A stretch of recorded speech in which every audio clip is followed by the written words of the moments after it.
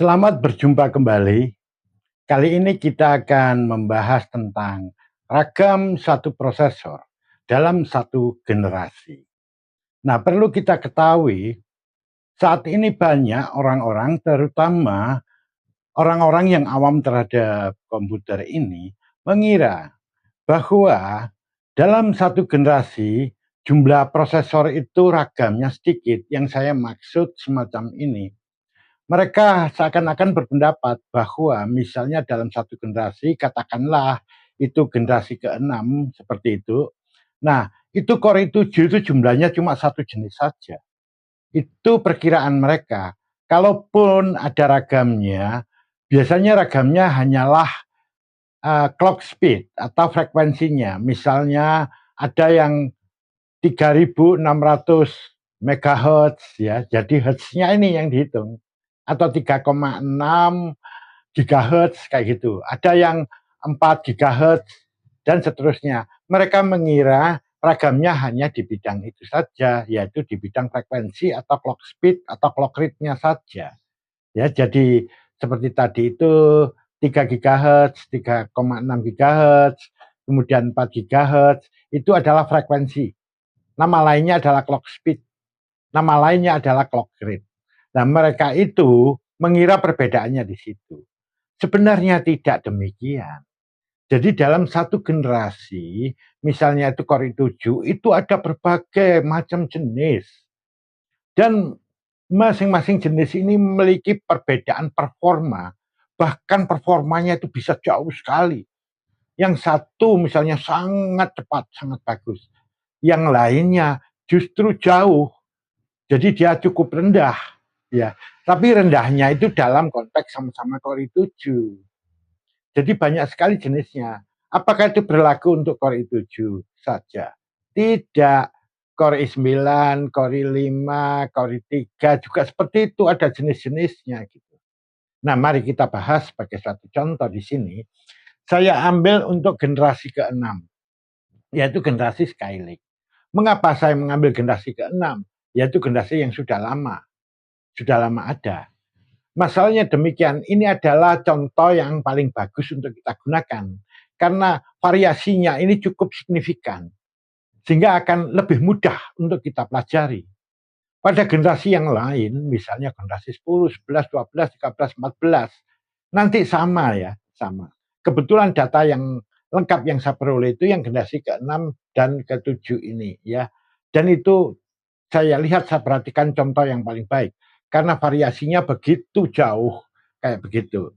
Ini hanya sekedar contoh. Jadi pada generasi yang lain sama ya, analogis seperti itu. Mari kita lihat.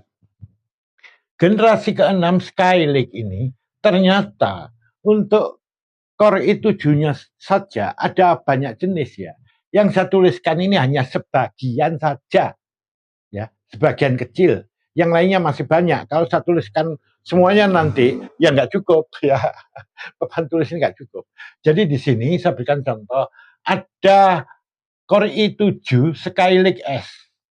Ini ada dua versi, yaitu versi standar power dan low power. Sebetulnya masih ada standar yang lain. Ini hanya saya ambilkan contoh aja ya. Standar power itu disingkat SP, kalau low power LP. Sebetulnya ada lagi ULP, ultra low power. Nanti ada SPE, standar power embedded. Ada LPE, low power embedded, dan sebagainya ya.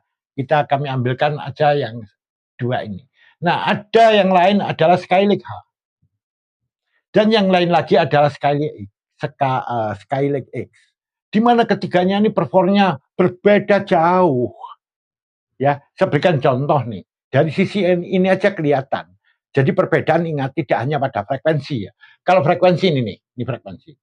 Untuk Skylake S yang standar power itu antara 3.400 MHz hingga 4.000 MHz. Artinya di sini ada yang 3.400, ada yang 3.600 dan sebagainya. Pada kisaran ini. Kemudian yang low power itu frekuensinya 2.800 MHz. Sedangkan yang Skylake H itu 3.300 MHz dan seterusnya di sini. seakan-akan kalau kita lihat yang standar power yang 4000 ini akan lebih baik daripada yang lain. Oh, tidak begitu. Ini kan ada yang 4000, di sini nggak ada tuh yang 4000. Jadi selama ini banyak orang umum hanya berpandu pada frekuensinya saja. Pokoknya kalau frekuensinya tinggi berarti dia lebih baik. Nggak begitu. Ya. Mari kita lihat fitur yang lain. Nah, lihat di sini Skylake S itu jumlah core-nya cuma 4 loh. Artinya di situ mesin pengolahnya ada 4. Atau kalau orang umum, orang awam ya banyak yang mengatakan itu otaknya komputer. Ini otaknya cuma 4 dalam satu prosesor. Skylake H sama, cuma 4. Mari kita lihat yang Skylake. Itu core-nya ada yang 6 loh, ada yang 8. Bahkan ada yang 10. Ini nggak saya tuliskan, ini hanya saya kasih tulisan gini. Ada yang 10 core. Artinya otaknya, mesin pengolahnya itu ada 10. Sedangkan ini cuma 4. Walaupun di sini frekuensinya tinggi, 4000 MHz ya. Kalau dibandingkan yang ini, yang 6 ini aja udah kalah jauh gitu. Karena di sini otaknya 6, walaupun dia frekuensinya cuma 3600 misalnya itu, dan ini kita ambil yang 4000, kalah dia performanya. Apalagi di sini ada yang jumlah core-nya 8 dan ada yang 10. Jadi jauh kalau dibandingkan yang ini, 2 di atasnya. Nah, ini perlu jadi bahan pemikiran. Jadi jangan sampai mengatakan ya yang bahwa yang 4000 ini lebih tinggi daripada yang 3600. Performanya lebih bagus. Oh, enggak. Masih ada yang lain. Mari kita lihat yang lain lagi. Untuk L2 CAS-nya, jadi level 2 CAS, jadi CAS memorinya untuk L2 CAS-nya, saya singkat L2C. Kelihatan di sini kecil juga tuh. Coba yang ini tinggi kok. Bisa 2 kali lipat nih yang ini. Kalau yang 10 lebih besar lagi, nanti itu 10 kali 256. L2 CAS-nya. Mari kita lihat L3 CAS. Nah, L3 CAS ini nanti yang akan disebut Smart CAS. Smart CAS ya, nanti ada bahasan sendiri kita pada video yang lain. Ini Smart CAS-nya tinggi banget. Kalau yang ini cuma 8, ini 8. Sedangkan yang Skylake X ini ada yang 15 bahkan, ada yang 20.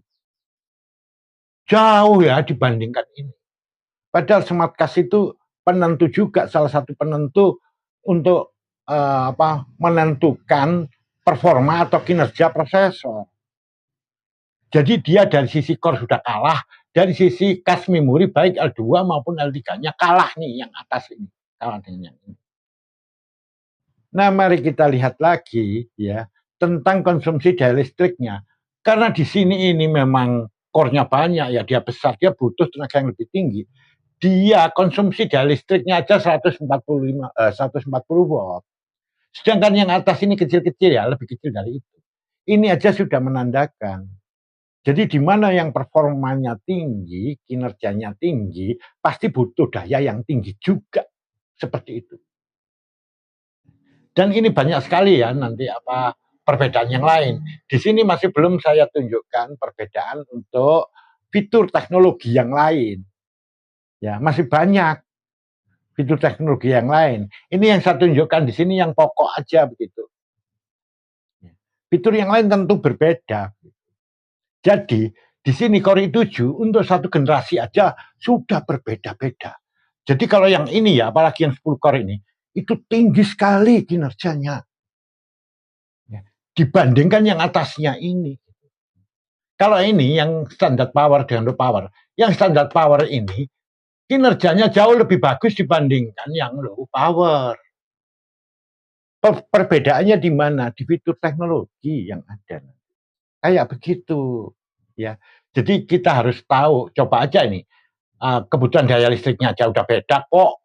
Yang low power itu cuma 35 watt, sedangkan yang standar tuh 65 sampai 91. Dari sisi itu aja udah kelihatan. Nah, terus untuk membuktikan itu gampang ya, silahkan Anda lihat itu. Dari sisi harga aja beda. Ya. Kalau yang ini nih, ini harganya di bawah $300. Pada waktu pertama kali rilis loh ya, pertama kali keluar dijual tuh harganya segitu. Sedangkan yang ini jauh dari harga aja jauh. Saya berikan suatu contoh di sini. Sebetulnya ini apa ya, rahasia dari kaum pedagang ya. Tapi di sini saya buka nggak apa-apa karena dia udah lama ya. Nah, contoh ini untuk yang Skylake X itu yang 10 core harganya $1.723. Itu dari perusahaannya loh, dari Intel loh. Penetapannya untuk konsumen segitu harganya. Ini kalau kita rupiahkan sekarang ya, sekarang itu $1 itu sudah kurang lebih 16.000 lah. Jadi harga prosesornya saja itu 27 juta lebih. 27,5 juta lebih harganya. Nah, sedangkan yang 8 core itu 17 juta lebih. Ini aja udah beda jauh loh. Ya. Dan yang bawahnya lagi yang 6 core itu ada yang 9 juta, ada yang 6 juta. Sedangkan yang di atasnya ini harganya di bawah ini jauh di bawah itu, karena ada yang $300 kayak gitu ya, jauh di bawah ini. Ada yang $200 kayak gitu. Dari sisi ini aja sudah jauh. Itu juga menggambarkan prosesor yang ada di atasnya ini jauh lebih bagus. Nah, di sini saya mengutarakan ini karena saya melihat ada di banyak forum. Dan ini saya lihat di forum BA contoh ya. Salah satu forum BA yang di situ anggotanya banyak juga. Itu ada seseorang bertanya, bagaimana kalau saya menggunakan Core i7 yang sekian megahertz? Gitu. Dia bilang standar. Core i7 yang standar. Kalau dia bilang standar, berarti standar voltage. Kemudian bagaimana kalau saya gunakan untuk yang Core i7 itu yang ada K. Jadi di sini nama prosesornya itu ada K-nya ya. Tentu Anda udah paham itu. Ada kode K. K itu kan unlock multiplier. Artinya multipliernya itu bisa diubah. Tentu dia performanya lebih tinggi. Karena dia bisa diubah-ubah clock multipliernya. Apa jawabannya? Ada yang menjawab katanya. Seakan-akan seperti itu. Oh, itu sama saja, itu bedanya kecil kok. Buat apa cari yang K? Ya, cari aja yang standar biasa itu. Perbedaannya cuma kecil. Nah, ini kalimat ini menyesatkan sekali. Karena dia tahunya yang K itu adalah yang standar ini. Dia nggak tahu yang ini. Padahal yang ini nih, yang X ini, itu K di belakangnya itu. Kalau dibandingkan ini, ya jauh. Jadi kalimat dia menyatakan bahwa itu bedanya kecil. Itu salah fatal. Bedanya gede banget. Dari harga aja kelihatan ya. Dari harga. Yang di sini harganya ini nih, sampai ini 27 juta ya. Kayak gitu. Sedangkan ini loh, di bawah 5 juta harganya. Ya jauh. Ya. Nah, di sini yang membedakan adalah fitur teknologi tadi. Seperti jumlah core-nya, otaknya itu ya beda. Kemudian dari cache memorinya, baik yang L2 cache-nya, level 2 cache ya, dengan level 3 cache, yang ini smart cache-nya beda. Ya. Dan masih banyak fitur lain yang saya tuliskan di sini berbeda. Jadi ingatlah, dalam satu generasi, untuk jenis prosesor misalnya Core 7 itu sudah banyak jenis. Jadi jangan sembarangan kita memberikan advice ya, saran itu kalau kita nggak mengetahui lebih jauh karena bisa menyesatkan. Kasihan yang bertanya nanti akan terjerumus seperti itu. Nah, bagaimana dengan Core i9, Core i5, Core 3 sama seperti itu ya. Ada banyak variasi. Dari setiap generasi yang awal, misalnya kayak yang Nehalem, kemudian Westmere, ya itu generasi 1 itu. Kemudian ada Sandy Bridge, itu generasi 2, Ivy Bridge 3, itu generasi 3. Haswell, ya itu generasi keempat. Kemudian Broadwell, itu 5, ya generasi kelima. Itu sama, semuanya kayak gitu. Yang 6 Skylake, yang 7 Kaby Lake. Ya ingat, nanti Skylake itu ada yang generasi 7 juga loh. Ya sudah masuk generasi 7, Skylake itu. Dari data yang saya lihat. Ya. Kemudian generasi 8, 9, 10, dan seterusnya sama ya. Kurang lebihnya kayak gini. Kemudian berikutnya.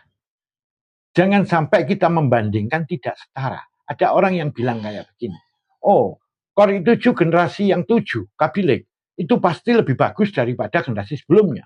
Pokoknya yang generasinya lebih baru, itu pasti lebih baik daripada yang generasi sebelumnya. pernyataan ini salah besar. Belum tentu. Kayak seperti ini saya berikan satu contoh. Generasi 7 di sini dikatakan lebih baik dari generasi 6. Belum tentu. Ini saya berikan satu contoh. Kalau Anda ngambil generasi 7 yang Kabilik, misalnya yang ini ya, Kabilik S standar power yang core-nya cuma 4. Coba bandingkan dengan core 7 yang sebelumnya, yang generasi 6. Tapi ambil yang Skylake, lah udah jauh. Jadi nggak bisa kita mengatakan untuk mengeneralisasi ya. Jadi dianggap semua sama bahwa yang generasi lebih baru lebih baik dari yang lama. Jangan, hati-hati di situ. Ini kenyataannya tidak begitu. Ya. Jadi kalau kita membandingkan harus yang setara. Ya, terus dipandang dari sisi mana? Kalau kita dibanding dari sisi efisiensi energi, ya mungkin iya yang generasi lebih baru kebanyakan itu lebih bagus daripada yang generasi lama. Tapi kalau dalam sisi performa beda. Kalau membandingkan sisi performa harus sama kondisinya. Misalnya di sini Kabilik S standar power, bandingkanlah dengan Skylake S yang standar power juga. Jangan dibandingkan dengan yang lain, nanti bisa beda hasilnya. Ya, jadi belum tentu bahwa yang generasi lebih baru itu lebih baik daripada yang lama. Tidak seperti itu, ya. Jadi tergantung itu tipe yang mana seperti itu. Ya. Kalau kelihatan ini di sini, ini generasi yang 6, yang Skylake X ini pasti lebih bagus kalau performanya dibandingkan dengan generasi setelahnya. Bahkan nanti dibanding yang generasi 8 pun ini bisa lebih bagus kalau yang 10 core ini. Ya. Jadi kalau kita mau membandingkan, kita harus tahu spesifikasi secara lengkap. Dan kalau mau membandingkannya harus setara. Ya. Dari dulu saya katakan harus setara dalam berbagai sisi. Nah, ini penjelasan singkat ya mengenai ragam prosesor dalam satu generasi. Yang kita maksud ragam itu adalah untuk jenis yang sama. Misalnya Core i7, ragamnya ini. Core i5, ragamnya ini. Core i9, ragamnya ini. Kayak begitu. Jadi itu beragam sekali. Untuk setiap generasi. Ya. Jadi generasi satu dengan lainnya, belum tentu yang lama itu lebih buruk dari yang baru. Belum tentu. Harus dilihat dari sudut mana dia memandang. Misalnya dari efisiensi energi, atau dari performa, atau dari yang lain. Jadi kita kalau membandingkan harus dari sisi mana. Kayak begitu. Nah, itu sekilas pembahasan mengenai ragam prosesor dalam satu generasi. Kita lanjut pada sesi berikutnya.